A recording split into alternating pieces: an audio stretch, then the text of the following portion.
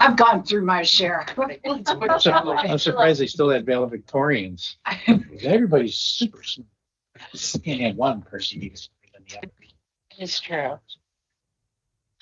They're all valedictorians. Good afternoon, everybody. Yeah. This is right behind us. And we stopped to talk. Jim and myself stopped and talked to one of the new interns coming back for a third time.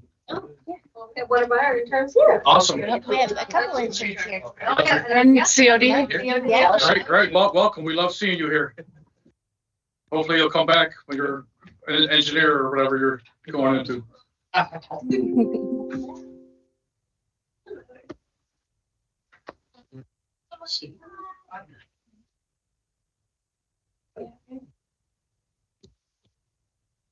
Afternoon shift. Yes.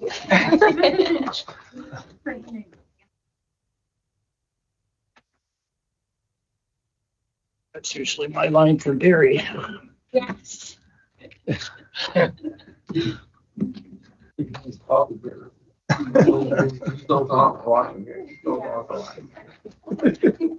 right, it's 1:35. We'll call this meeting to order. Commissioners have had the opportunity to review the agenda and have no conflicts requiring recusal or abstention. Commissioner McPherson, Yes. Commissioner Osaki, Commissioner Henry. Yeah.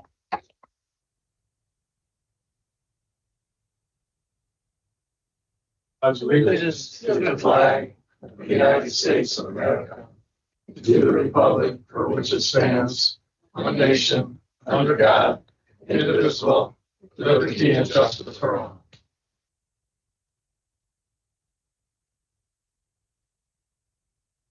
Item 3. Approval of the agenda. So moved and supported. Is there any discussion? All in favor, say aye. Aye. Opposed? Motion carried. Item number 4, public comments. Nobody Really? signed up? Correct.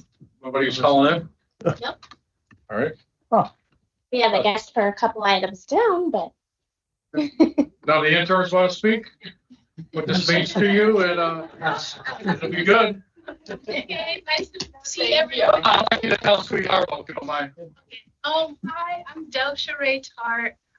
This is technically my third time working with road commissions. My first year was 2024 as a construction intern, and then I came back last fall as a finance accountant assistant, and now I'm back with COD as an intern, and I'm glad to be back. Familiar faces and new faces. But yeah, I'm in Michigan State. I'm studying civil engineering, geography, and math minor, different things. But hopefully I'll be back soon. Fingers crossed. Awesome, thank you. Thank you. Awesome. Hi, I'm Nick Joska. I'm working with Jennifer as a school intern for the summer, and I go to the University of Toronto School of Law. Study law. Yes. Yeah. Thank you, welcome.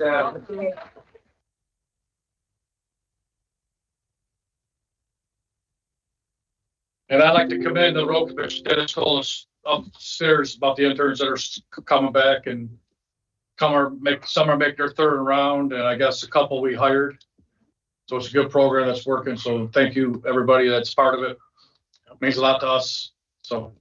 And one more thing, Mike was mentioned up there before I forget, is the road commissioners like to be invited to the presentation at the end for the interns.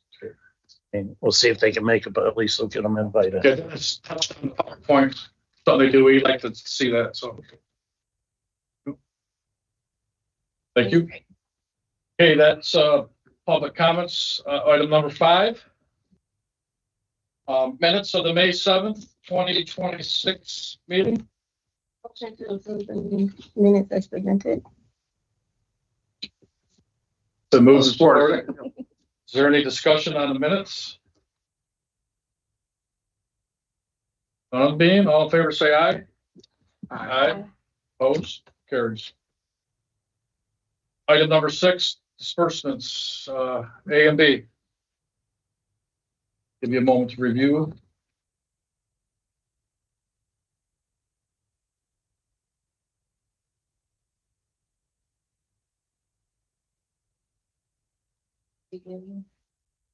Hello. Are you making? Yeah, so moved. Okay. Is there any discussion on the disbursements? Well, this is a random question. So I see like an expense for safety supplies for legal. It's only $100, but I was just curious. Kind of safety supply. Those would vary. They could be goggles, they could be boots, they could be, they go through legal because the risk department reports. Right, Okay. the safety supervisor. Any other questions on the bills, disbursements? All in favor, say aye. Opposed, motion carries. Item number 7, permits. We can do A and B. It's recommended board approve the permits and adopt the road applications as submitted by staff. So moved. Support. It's been moved and supported. Is there any discussion? Do we have enough people signing up to do the work, or we could use more? Or I don't understand it. Well, For adopt the adopt the road, yeah, well, we can always use more. we can always use more. They can go online and they can check, we have a map on the website that they can always check to see what's available. So we can always use more. 500 something groups right now. We have 387 groups, and that comes down to about 601.5 miles. So it really is a great program. Is there a need in a certain area where they need? But There's a need everywhere, right? I mean, any road that isn't adopted, we'd love to have them all adopted. So, Well, I'll explain a little bit about it, Dave, as far as we supply the bags. Yeah. And some training and. yes, so all that is available. What happens is you go online, you check it out, right? And if there's a segment that you can do, your company or your family, or it varies, we supply vests and bags and then what you need, and then also some material to train, right? So that you're not putting yourself in harm's way, and then way to go. And then we get a sign put at both ends of the segment in which you are doing in recognition. And then we also ask all the groups to get us a picture by the sign. So, and then when we put out a brochure every year, we usually pick random groups and submit it every year out to the people who are on record of cleaning roads. So yes, it's a great is program. there a certain amount of hours and times they got to commit? 3 times, what we ask is at least 2 times a year. There's 3 available times. Usually it's spring, summer, and fall. So, and we ask them to do at least 2 of them. Thank you for the No problem. enlightenment. All in favor, say aye. Aye, opposed. Motion carries. Item number 8. Well, maybe we should pass this one, but anyway. Recommend board adopt the resolution for retirement accommodation for Dave Zernikowski, also known as CZ.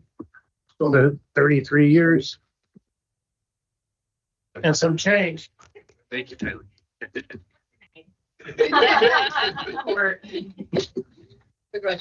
Yeah. All in favor, say aye. Speech? No. It's a great place to work. Great people. Get your picture taken and.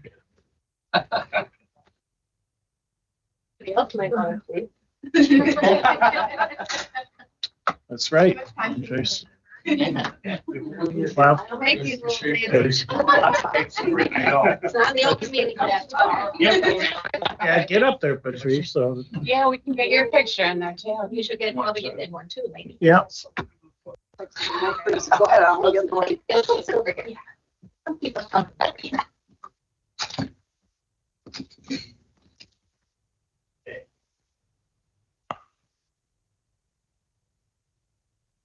So Dave, do you just give us a little, when you started, what department?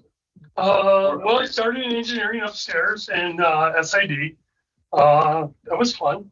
And then I moved to PBR in what was at that time the Department of Customer Services, or excuse me. Citizen Services. Thank you, Dennis, for the help there. And then over the years, the department has changed quite a bit, and it's the customer service. So I've been around long. Well, at one point, Citizen Services used to be just the customer call center. And then when we were consolidating some things, we looked at how customer service would fit. And that's when Dave got permits division and the Waymaster. And that's when we changed the name. Yes. Are you gonna continue doing the golf outing and all that? Yes, and continued to do the golf outing through August. Yes. It'll keep going. We'll have surprises and stuff. Grab your clubs. Come on up. Well, thank you for your years of service and, Thank you. good luck. Thank you very much. Yeah, you gotta please. Thank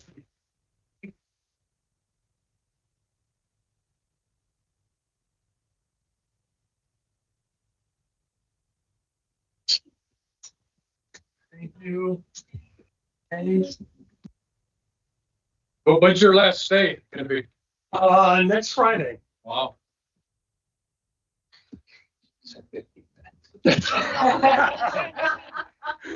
We I have, been better than I thought of that. we have 4 internal candidates that the week of June 1st we'll be interviewing. So yes,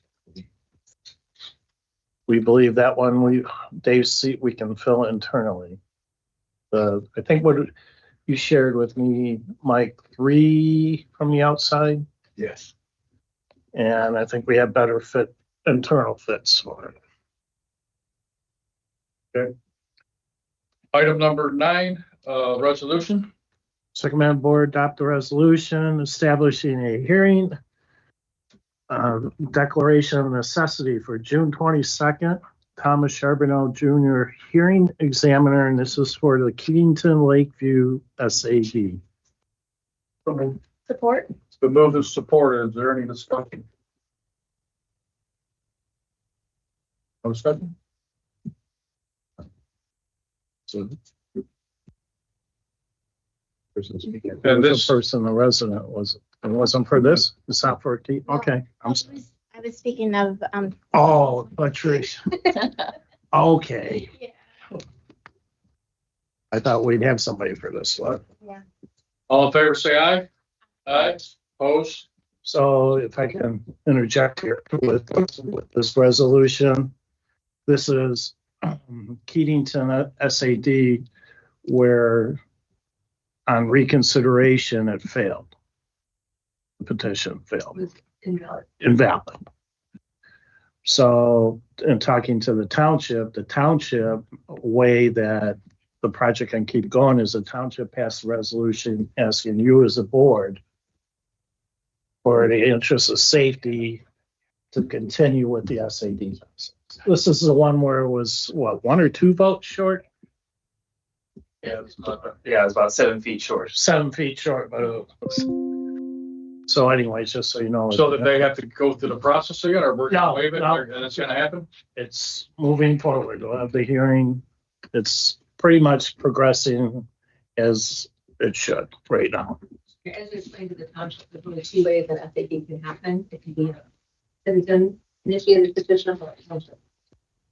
That's what Dennis is talking about, the citizen petition. You declared invalid previously, but the township took on the burden of putting it to their board and sending it to us so they can be abstention. So that it can go forward. Is there any other discussion? All in favor, say aye. Aye. Aye. Opposed? Motion carries.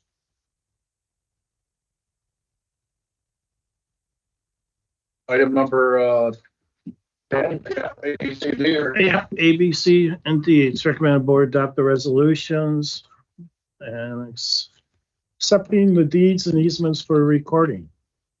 Support? the moved and supported. Is there any discussion? All in favor, say aye. Aye.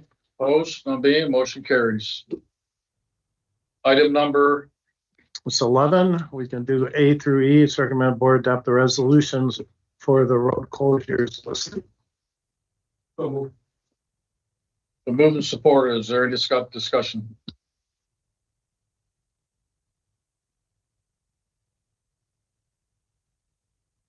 All in favor, say aye. Aye.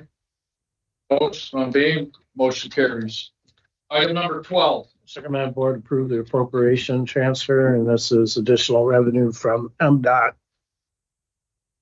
For The move is supported. Is there any discussion? All in favor, say aye. Aye. Opposed, motion carries. Item number 13A and B. and B. Recommended board approve the local cost participation agreements with the city of South Line and the township of Brandon. The move is supported. Is there any discussion? That's the one where we just had the, Yes. all in favor, say aye. Aye. Aye. Opposed, motion carries. Item number 14. We can do A through D. It's recommended board approve the project task orders as listed. The move is supported. Is there any discussion?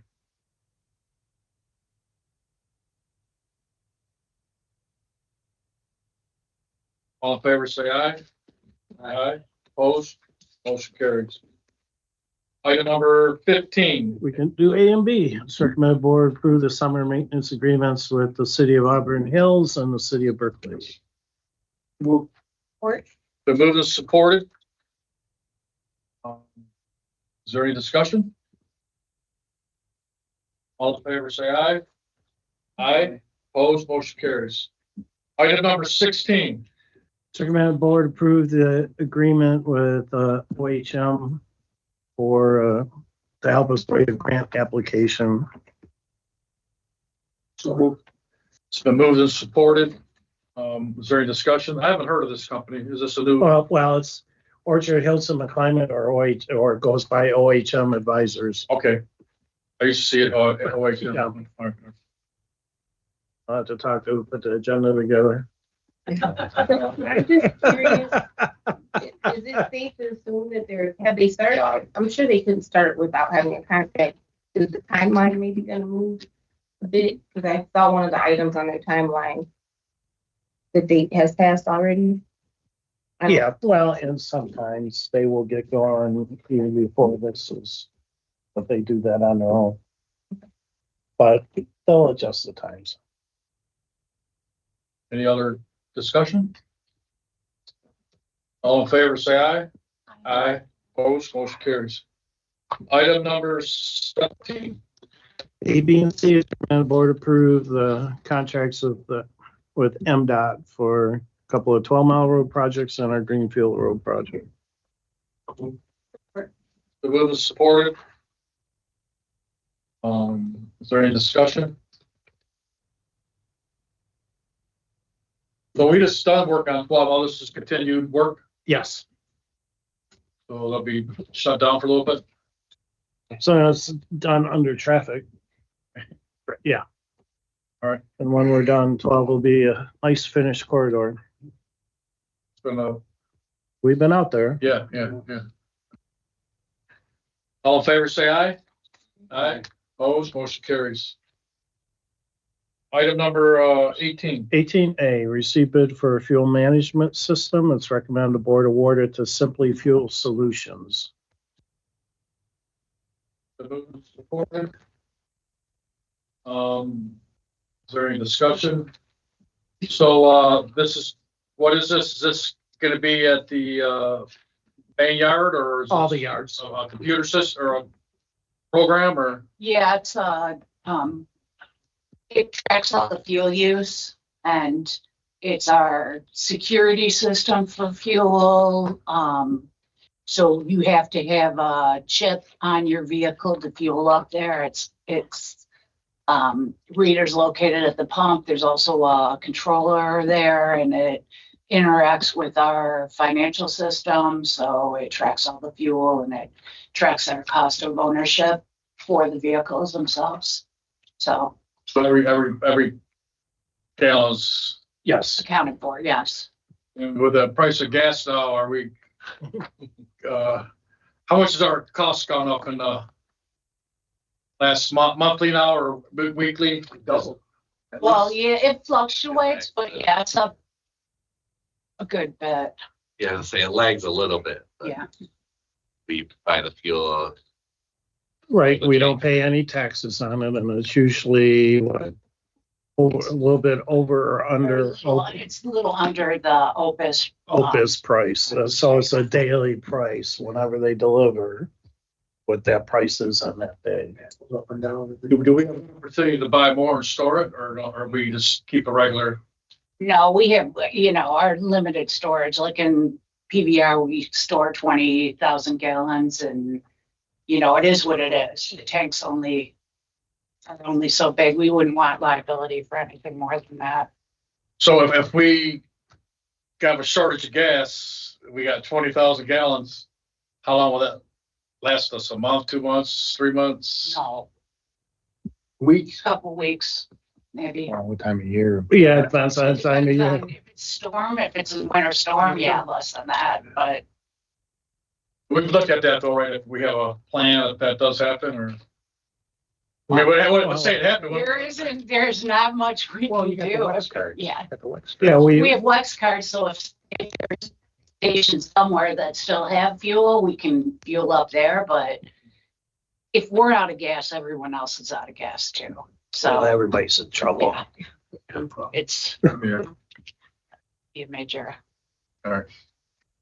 All right, any other discussion? All in favor, say aye. Aye. 18B, receive bids for automotive batteries. Our annual quantities. It's recommended the board split the bid as listed on the memo. Support. So move is supported. Any discussion? All in favor, say aye. Aye. Opposed? Motion carries. 18C, receive bids for a fence replacement around our Lake Orion garage. It's recommended board award it to Cherry Ridge Fence. So move. Support. The move is supported. Rebid or something. Yeah. Yeah, we rebid it. At the time. You wanna? Yes, handle okay. this, Bill? At the time we did this first time, we had a lot of kickback or pushback from Orion Township I see. that wanted all these big plans. So we had to go out to the engineering crew here, have special plans drawn up and everything to match what they wished for. And once it all passed their great, go ahead. Cost us a little money in the meantime. Did it cost us money? Yeah, tariffs and stuff and metal, so, yeah. A little more. I know that this is not, if you have an idea, how can there be like a $300,000 difference between the lowest bid and the highest bid? Like, Contractors, sometimes you could see the number of contractors that bid on this. There's a large number, and if they have their schedule filled up, they'll just throw some highball number at it, and if we get it, we'll do it, it'll be great, yeah. okay, that makes sense. And this went out with prevailing wage specs? Yep. Thank you. Any other discussion? And the fence will be up in 30 days? From when they start, yes. Let's get the supplies here first. All in favor, say aye. Aye. Opposed, none being, motion carries. 18D, receive bids for 4 side boob trucks. Recommended the board awarded to Axes and Irons. So move. Support. The move is supported. Is there any discussion? We are getting the bodies to put in these vehicles, right? For the sign division? We have bodies to put in these here. All in favor, say aye. Aye. Opposed? Motion carries. 18E, received bid for one ride-on floor scrubber. Recommend board award it to Alta Equipment. Support. It's been moved and supported. Is there any discussion? This will be going to what garage? No. Milford. I know this is an important, piece of equipment. I visited the garages throughout the year, and they do get kind of dirty, so I know they do utilize these. Well, I know you gotta, it's ongoing task, keep them clean, I'm sure. Now, do these things break down like the road sweepers? As they get older, yes, but when they're new, no. So, but they're not picking up the debris like they would on the roads, so. This is just sand, gravel and salt. Yeah, but it's smaller versions of stuff. Right. You know, if you look at a gutter line, you're picking up basically stones, where now you're picking up silt and mud.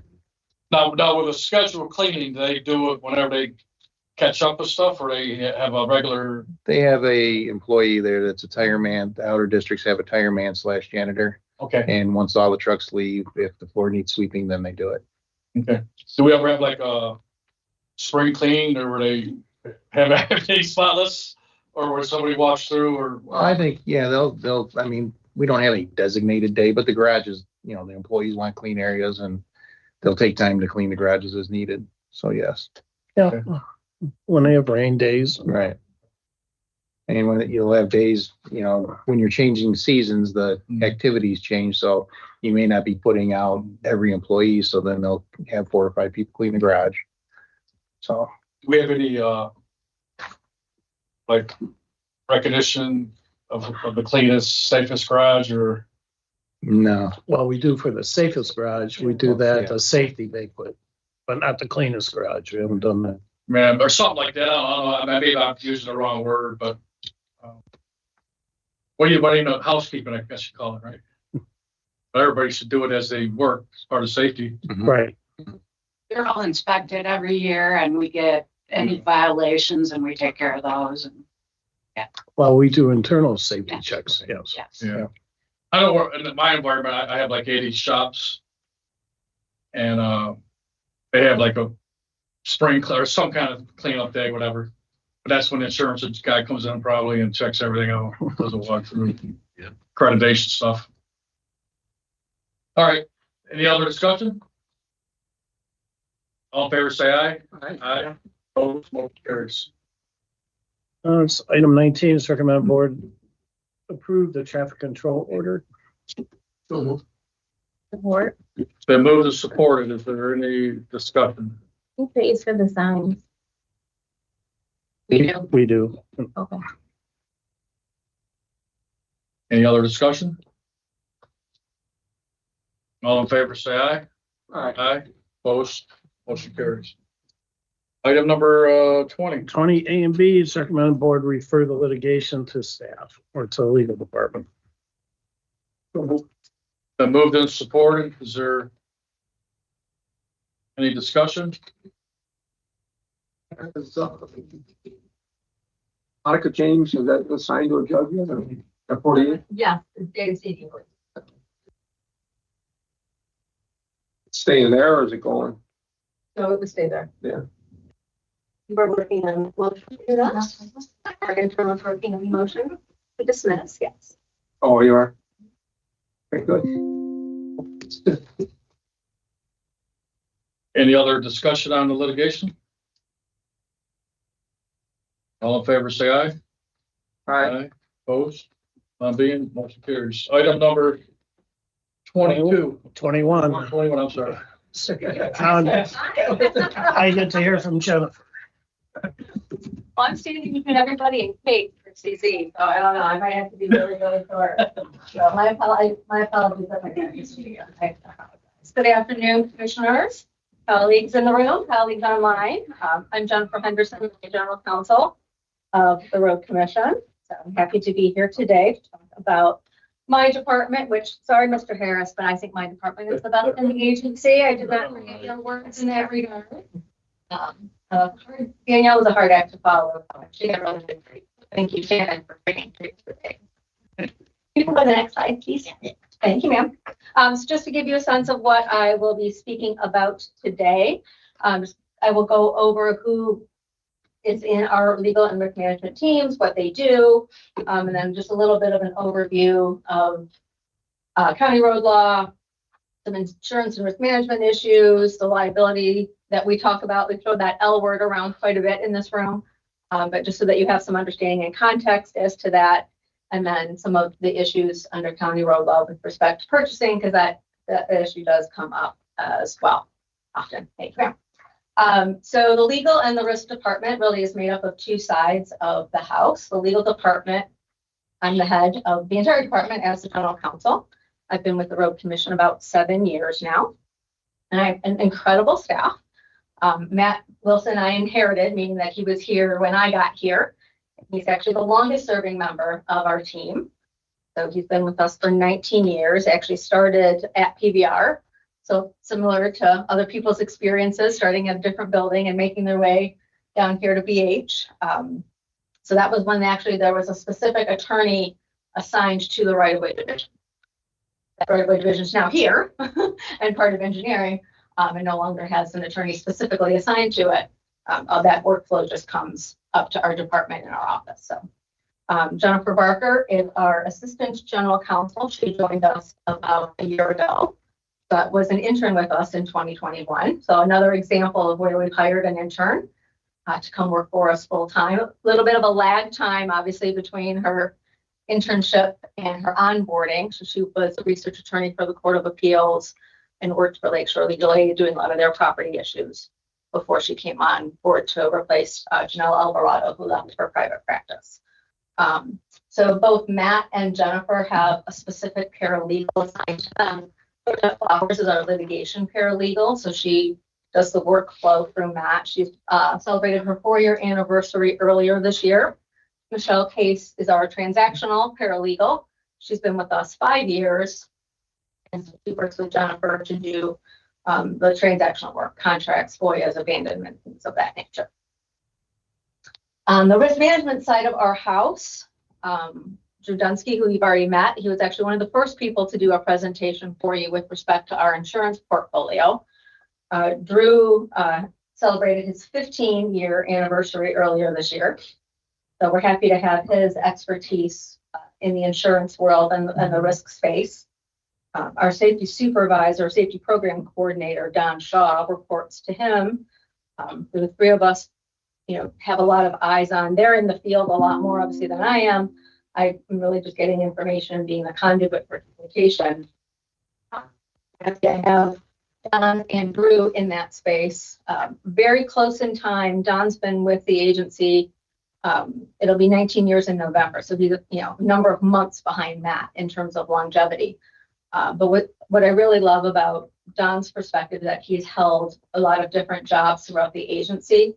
So as the safety program coordinator, when he's at a garage or he's in the field, he really has a good rapport with a lot of the folks that he's seeing, and can sometimes have a very tough conversation with safety violations, things of that nature. But he's been in their shoes, right? He's held those jobs. So he really has a lot of good credibility and understanding of what they face on the road. So I appreciate that perspective from him. And then obviously our support staff, Catherine, she's our administrative assistant. She's been with us also about 4 years, a little over 4 years. So she supports both sides of the house. Obviously, you've already met Paige. So legal department does a summer intern every year. We love the help. We love giving them experience. Paige had to go to court with me this morning and spend 3 hours on a wooden bench. Sort of a hazing, but not really. But you got to see motions in person, right, and on Zoom. So really giving the interns a really good experience and writing, and you've seen a lot of things in a short period of time. So, but the size and the makeup of our department is very unique, especially compared to other road commissions. We're really the only road commission in the entire state that has an in-house legal department. we very much are leaders in that regard. We'll get into that a little bit more, but certainly on the insurance piece as well. Most of the counties in the state belong to the self-insurance pool. So there are only about 5 or 6 that use self-insurance through their own agencies. Obviously then the 7 that are, part of their counties, there's obviously a little bit different piece to that, but McChrysip is a very important, that's the self-insurance pool, a very important piece to other road commissions where we have a lot more control over our insurance. Who our brokers are, who our carriers are, what policies look like, things of that nature. So again, very unique with respect to us. Next slide, please, Ms. Shannon. Thank you. So just to kind of give you a sense of the scope of work that each of those areas, legal and risk management, do. We'll roll down a little bit and get into some more specifics over the next few slides. But the legal department, obviously, as you saw, the last agenda item takes care of litigation for the road commission. Whether we are on the plaintiff side or on the defendant side, we tend to mostly be on the defendant side. Again, we'll get into that a little bit more. We review and draft contracts for the agency, all the different departments throughout the agency. Our FOIA request and fulfillment takes up a lot of our time upstairs, as well as obviously our support to the other departments throughout the agency.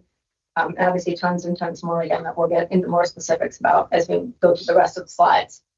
On the risk management side, obviously insurance claims and policy procurement. So every year Drew's meeting with the broker and the carriers to get the right type of insurance policies with the right type of coverage at a very good premium. So that's an important process. Obviously, risk management deals with a lot of the safety issues that come up both internally and externally. They do an accident review, an injury review, heaven forbid anytime one of those occurs. And obviously a lot more as well, which we'll get into with the next slide.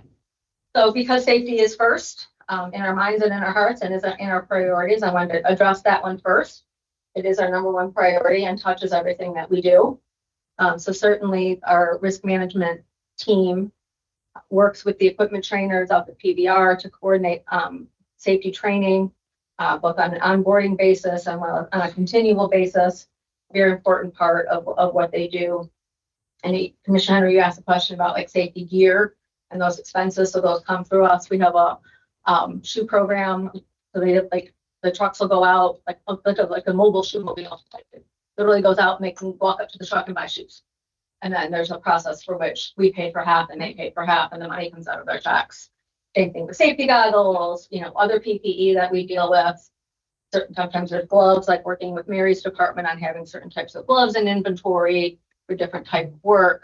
So our risk management team works very closely with the operational departments to make sure that they have the safety gear and the PPE that they need.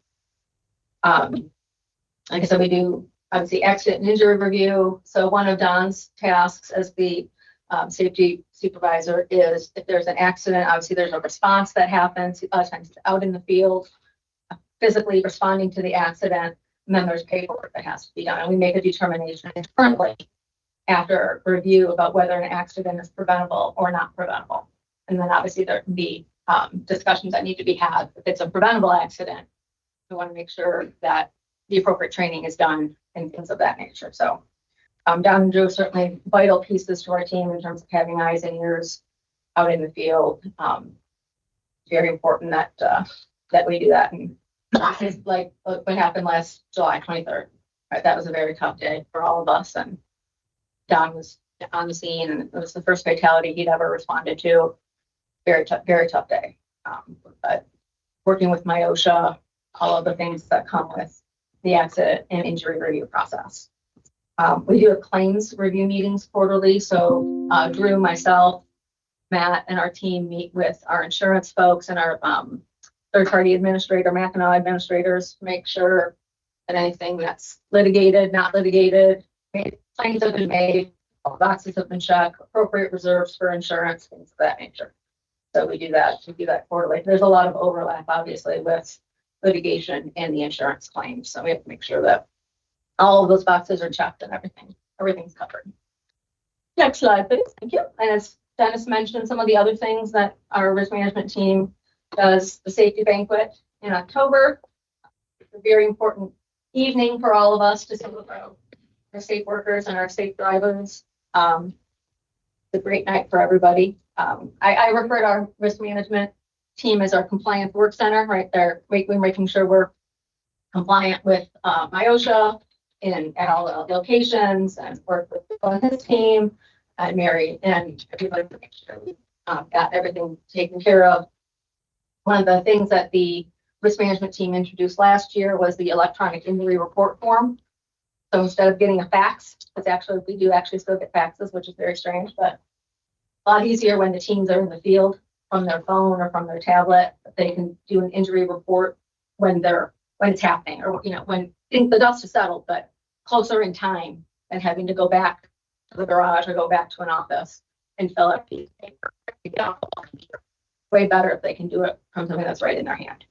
Right. So that was a great piece of progress, so to speak, with that last year that we've instituted. So it's working very, very well to have that. And thanks to everybody that contributed to that. They also obviously fill out the required OSHA logs, the 300, 300A. Don't really have to do 301s, but obviously with everything that happened last year again, that was really what we had to do. Our 2025 data, we had only 41 reportable injuries, and an average of 282 employees that would have fallen into that scope. So we were very happy with, and these are the folks like in the garage. It's not necessarily in the offices, right? That number of employees relates to the folks that are out in the field that are at least 50% of the time is the standard. So it's a good percentage. Well, why don't they put it for the whole road commission for the garage? This is when we do our safety data. This is what we're looking at for purposes of the percentage. So yeah, I don't get an award for being safe sitting at my desk, which is fine. My reward is my job as far as I'm concerned. But yeah, so I mean, and we were also sort of the, it's something that needs to happen. We pick up the ball and run with it. So risk management team, we took the lead, for example, like on COVID response. So we weren't here when COVID hit, but the governor was issuing obviously executive orders. We were exempt under the system memo. So we were in the office every day. And I say we, I mean like Dennis, myself, the directors, and then we had to determine based upon our staff work who came in when and how we did it, right? So doing the questionnaire that you had to answer every day if you came into an office. And took the lead on making sure that we were compliant with the governor's orders. That's just one example of stuff that comes in that we just have to take a ball and run with it. Right? That's our job. And then, like I said, you already heard from Drew. We've got about $119 million in insurance coverage over the policies, and that includes our workers' comp policy. Thank you. Turning to the legal department, the scope of work for legal obviously is as an advisor to the board, making sure that we're compliant with the Open Meetings Act, with FOIA, with the agenda is done and notices are on time. Thank goodness for Shannon. So we try to we're available obviously to the board, and that's technically who we represent as an agency. We don't represent any one individual person in the road commission, whether it's a commissioner or an employee. We obviously draft and review contracts, which we talked about.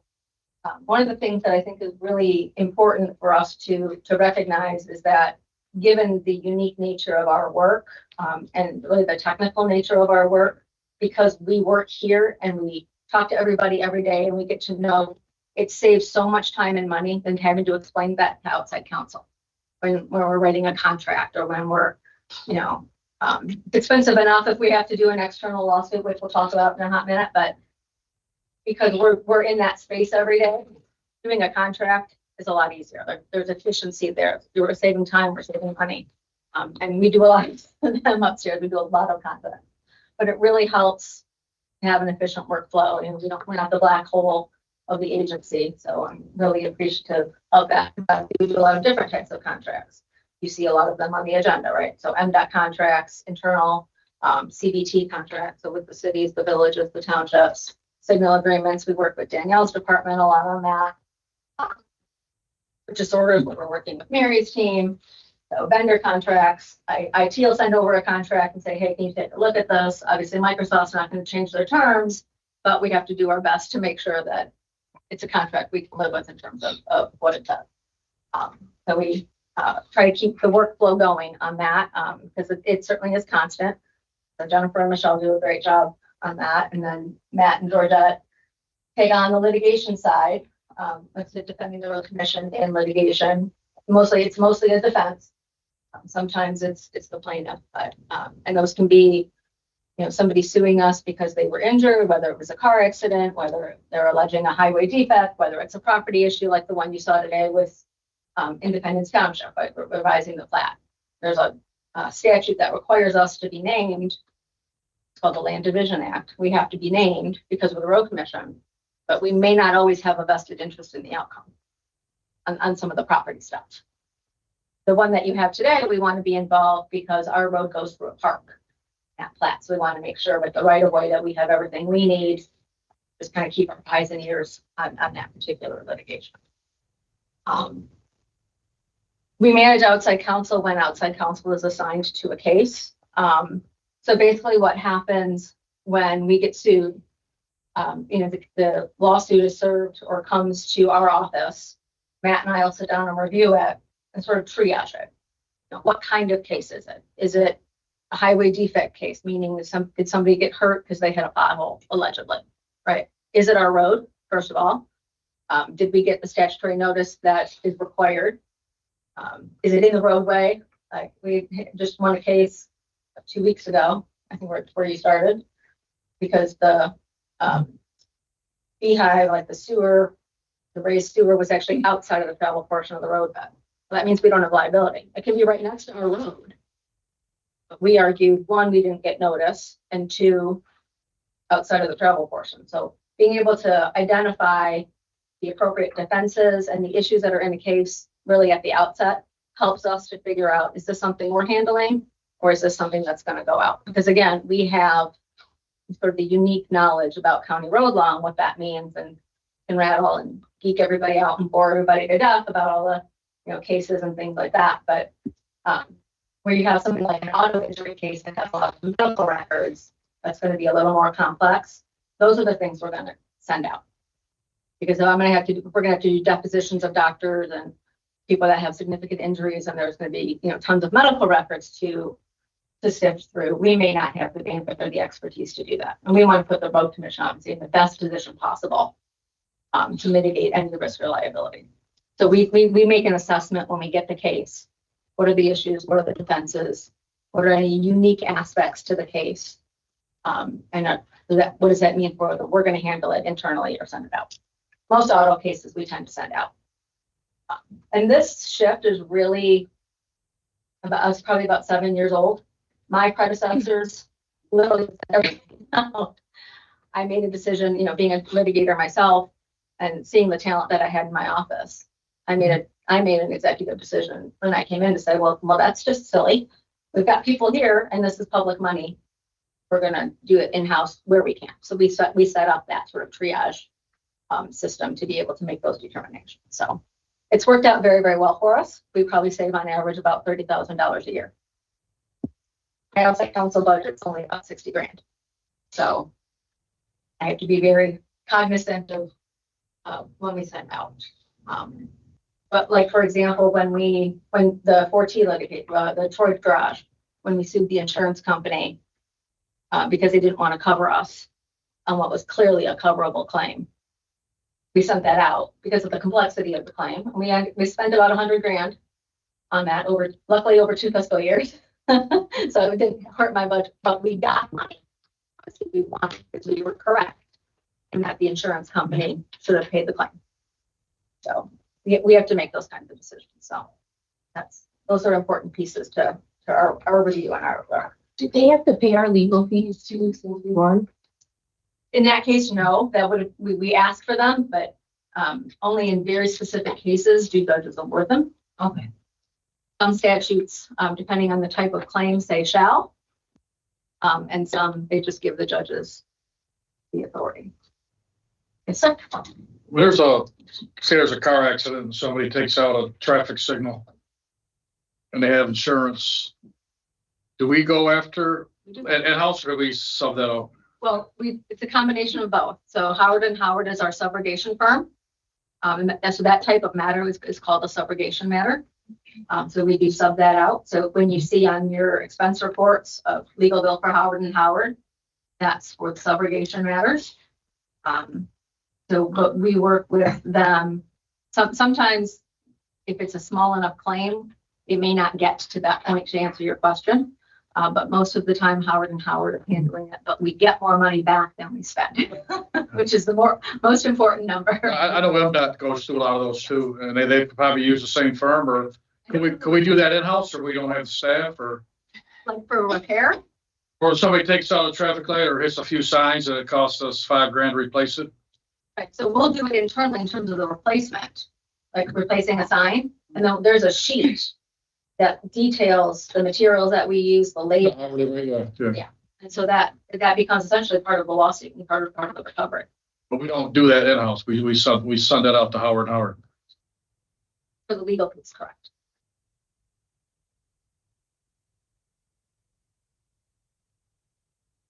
So litigation, obviously, we're an in-house resource for everybody in the room. We try to do as much as we can proactively so that we don't have messes or things that we have to clean up. In addition to being an in-house resource, obviously, we're also a statewide resource. We do a lot, my department does a lot with the County Road Association, beyond. Because other road commissions don't have in-house legal departments, they are looking to us for, okay, well, how did you do this? Usually through Dennis, I'll get a message, another managing director is asking a question about how do I do a condemnation? Dennis will send it our way to answer the questions. And it's a great opportunity for us to meet with other road commissions and be a leader really in a resource. And I presented at CRA conference, the annual one, the one that Tyleen and I were just at in February. So that was a fun one. I'm presenting twice in June, one to a global women in law and leadership conference, and then one to a baby lawyers conference about how you manage in-house litigation and outside counsel. So it's a great opportunity to get our name out there and have the agency look good, and it's tons of fun. So just to give you some stats and details about some of the things that we do. I laughed when I sent this presentation to Dennis and Gary on Friday, and I think between Friday, Monday, and Tuesday, I think we got 3 or 4 more FOIAs because that's just how it happens. But we're certainly on track for our average number of FOIAs this year. One of the things that the numbers really are great because I can see, are we on average, are we on track? But they really do not identify really the complexity of some of the FOIAs that we get. I mean, we have, and you've heard the residents here at meetings, right? I mean, you hear them talk about their concerns, and we'll get the email the day before, the day after. I want the last records of all the maintenance records from the last 10 years for my subdivision. And then my poor staff has to call Daryl and his team and work and try to capture, whatever's in a request. And that can be very timely. Have we charged a fee for the? No. Because there are some agencies that charge fees for FOIA requests. The statute allows public agencies to charge. We don't. It's a policy decision that we made nearly a long time ago, before I got here, but I think it's the right one. I think that decision, at least for us, given our agency size, is important because those are public records. And the intent of the statute is transparency in government. But I have an issue. There's a yuck factor there, which I mean, being on the side of needing to request FOIAs and not wanting to have to pay the fee, I agree. But I also know that it can be a very time-consuming,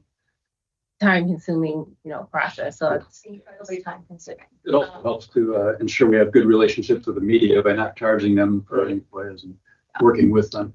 Just to say we're open. Mhm. I'm not trying to hide anything. We don't. And that's the intent of the statute, and that's really how we operate, and that's how we approach it. So the statute is very clear about when you have to respond in terms of granting or denying the request. And then you have to give the responsive documents within a reasonable time. We do it all at the same time. So our goal is always to give the responsive documents when we give the grant or denial. I think that limits the liability to the agency on a lot of levels, because I also think about, well, how do you know if you're going to grant and deny if you don't have the documents in your hand? You're not reviewing them. You haven't reviewed them yet. right? So like I said, from a liability, from a risk standpoint, if we're doing everything at the same time, that really is much more helpful, and it's really better for the requester, right? Again, it maintains our relationships with the public, with the media, whoever's being requesting the records. That's an important workflow priority within our department, is to make sure we're getting those responsive documents out timely. And then sometimes we might find something later, and then obviously we always reserve the right to amend our response. But Jennifer will come into my office with a stack this high with, tabs where she has questions. Because obviously there are exemptions. So there's an analytical piece to a FOIA, right? Because there's 20 some odd exemptions in the statute. We can't give out personal information, right? Attorney-client privilege, frank communication. Those are the ones that we see pretty regularly. So you don't want to give out someone's social security number, Right. date of birth, their address. So there's a lot of careful review that has to happen. And especially when they're requesting emails and things like that, there could be the frank communication, there could be attorney-client privilege. There's a lot of work that goes into that. So again, a lot of complexity there, very, very time consuming. So a lot of behind the scenes work that happens to make us really look good on the output end. So the same thing with contract review, like that's constant. It's the project task orders that you see on the board agenda, right? It's the MDEC contracts, it's all of that sort of thing. So, and then we work with right of way to do a lot of easement drafting and review as well. You see those on your agenda for projects. Those are very property specific, very project specific.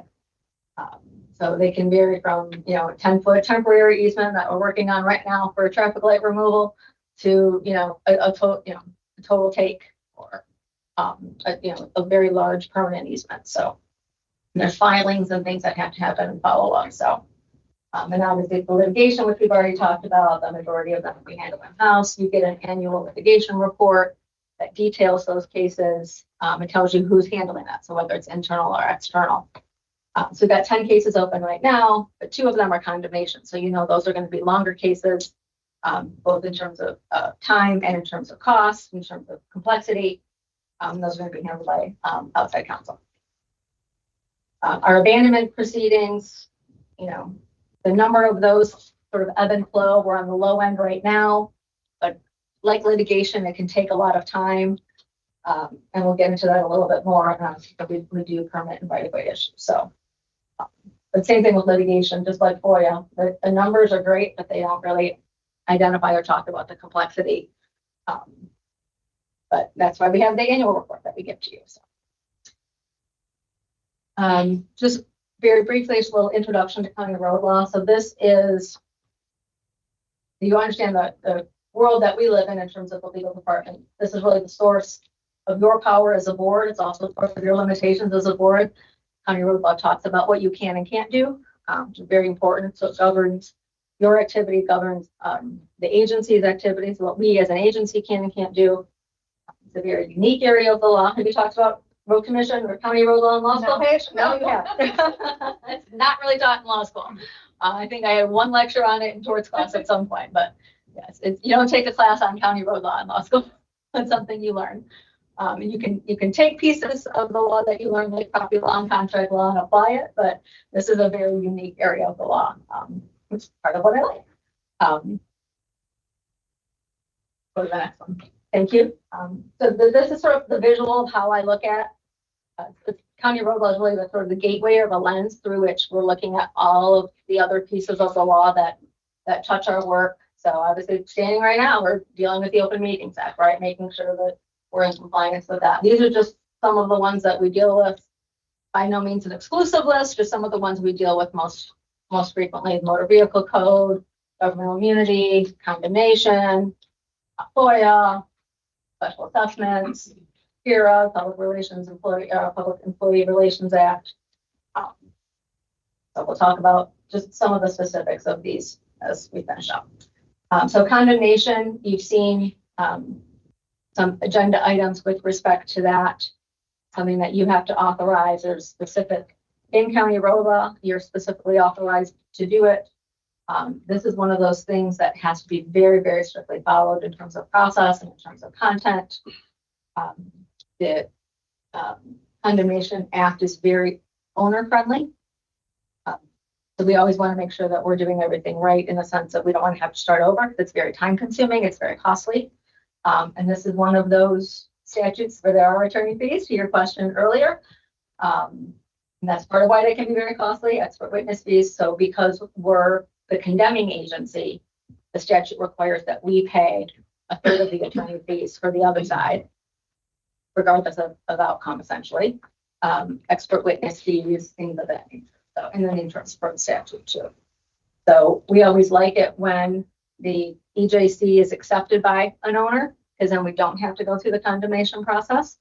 But so it's when the owner does not accept the estimated just compensation that we have to, or for a project to move forward, somehow acquire use or permission to go on the land to do the project or get actual title. Sometimes the project costs are less than the condemnation cost, depending on the type of property. If there's like commercial property or if it's a large piece, can exceed the project cost. So it's a very, very expensive undertaking and a very technical one in terms of on the legal side. There's actually a case going in front of the Michigan Supreme Court that I got an email on today that is very interesting in this space. So something we talk with outside counsel quite a bit on, and there's 2 bills I think pending in the state legislature that Dennis sent to me that we've been talking with our outside counsel about as well. So we're always keeping our eye on those types of things for the development along. So, liability issues. So our statutory duty under county road law is to keep the roads that are under our jurisdiction in reasonable repair so they are safe and those are the words that are in the statute. 1,000,001 cases that have interpreted what that actually means. Bottom line is they don't have to be perfect, right? They have to be safe for public travel. So they don't have to be perfect. Design issues are not liability inducing. If someone alleges, well, I got in an accident because the curve on the road was dangerous. That's not something for which we would be liable. That's a design issue, right? So when we talk about keeping the road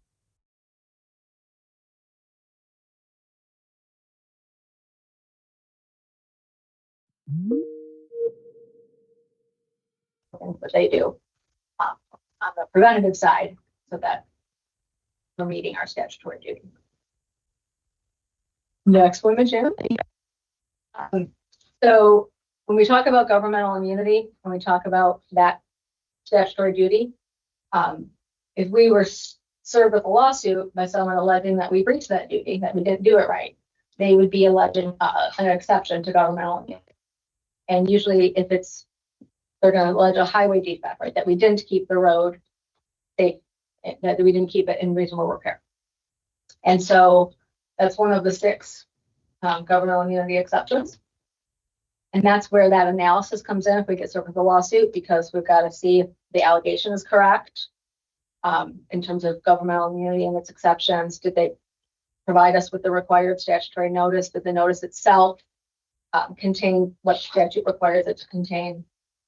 Because the way that our state looks at governmental immunity, the immunity is very broad and the exceptions are very narrow, right? So in terms of protecting this agency and its legal interests, this is a really important piece of litigation. So, and highway defect, automobile exception are the 2 that we really see the most. So like one of our vehicles was involved in an accident. They have to do it in the scope of their employment. They can't be grossly negligent. Those are the types of things. Finishing off real quick about purchasing. There's 3 statutes under county road law that talk about purchasing. The one that obviously we probably see most often is the one where we have to bid something out because it's over a certain amount or a certain type of purchase, right? So 15,000 is what the statute says. That there is a bill pending. Pending might be a little loose term because it's sitting in a committee somewhere about the amount, the threshold amount being increased. We're keeping our eye on that. The other 2 talk about maintenance activities and projects over 20,000, and then the township where there's 50%. So those are just statutes that we're mindful of when we see things coming through purchasing. world in various contexts. So we talked about, like, for example, prevailing wage. We've had conversations about whether or not we want to put prevailing wage in a contract. We certainly have the opportunity to do that in certain contexts. We put it in the building contract, for example. We have our operating instruction 15 about, you asked about Mary with respect to one of the agenda items today, so that we, last March did that, right? So we, in certain RFPs, we make that a spec. We have that ability to do that. We talk about the MDOT specs in our contract. So we can add certain things in our contracts or in our RFPs as specs. We have the ability to do that. That includes whether or not someone's MDOT pre-qualified, right? So those are the things that we're looking at. And like the standard specs talk about bids and things like that. So we keep our eye on those. And you had an agenda item today that went to the second bidder. Right? And the detail in the memo that was provided to you, normally the law says you have to take the lowest bidder, but there are cases that talk about when you can go to the second lowest bidder. So the memo today was actually very good in explaining what we call the bull factor. When it is you can go to the second bidder. The statutes are really old, the three of them. So it's really sort of frustrating to see them in 2026 and look at them through 2026 eyes when they're almost archaic and they're written. So I hope that they get modernized at some point. So just to conclude, obviously the legal risk department is a resource to the board and the agency. We very much look at our role as a role of service to everyone here, to the public, to our community partners, so CBTs, everybody else. As much as legal departments are considered the department of no, I don't see us as that way. We try to be the department of yes because, or yes, and here's your homework.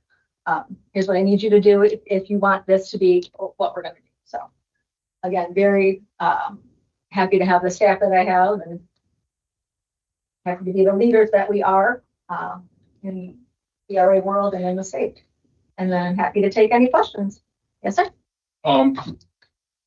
We are getting sued or getting sort of legal process. What's the protocol of the road commission?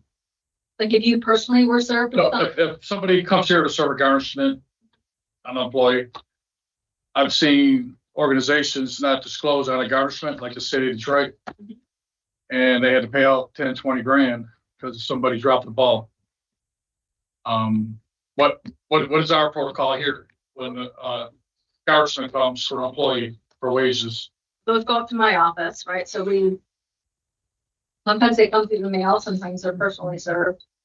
Sometimes that we get a phone call, come downstairs and we go downstairs. Somebody from legal go up to sign the first aid, and somebody here every day from 9 to 4 or 4:30, whatever it is. Yeah. Well, yeah, the building's open, somebody's here. All right. We do have a program that.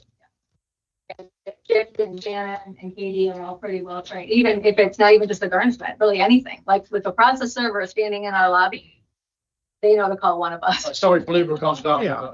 There's a protocol. There. Okay. I've seen it happen in Detroit. It was pretty crazy what they're paying off.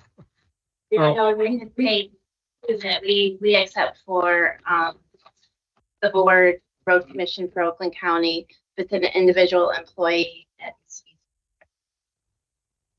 Yeah. Then I see stuff with my name on it because I'm the chair for property stuff. Mm-hmm. But somebody comes here, they can serve an officer or who's the other three that will sign? Would that be you or Dennis? It depends on the nature of the, because if there's a process server standing in our lobby, I always want to know what it is. They're taking over a property or something, they go after the road commission. That's what I understand the question. But I think a property, taking over property. Well, anytime we get served, there's going to be somebody here to sign the paper. We make sure it finds the appropriate person to sign for it. We're not going to deny. Thank you. Yes, Any sir. other questions? Yep. Nice presentation. What is your operational and capital budget? Okay, you know what off here? It's about $1 million. I mean, overall, it's about $1 million. Really? Yeah, that includes salary, correct?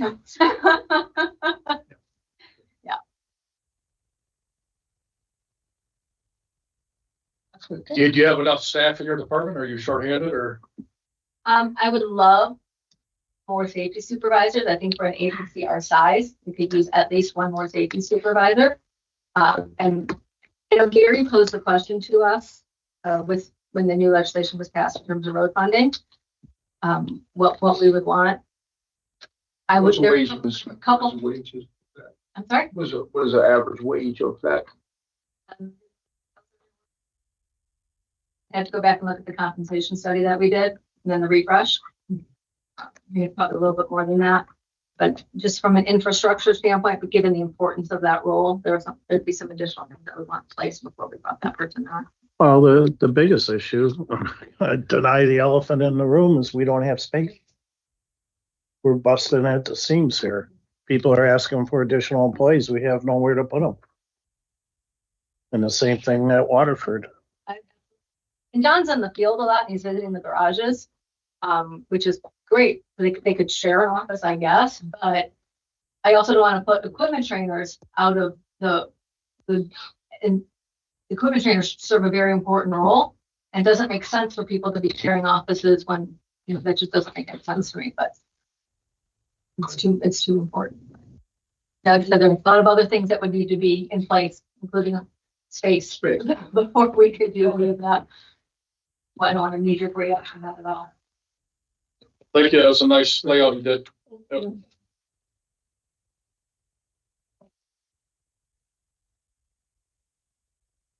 Okay, item number 22, new business. New business, I'll just reiterate, thank Dave for his service for all these years. He's done a great job. Big shoes to fill there. And I think there's some treats there. There are some treats over there. Any comments from the commissioners? Next meeting date will be June 11th. Need a motion to adjourn. The movement. Board, any discussion? We need adjourn. Thank you.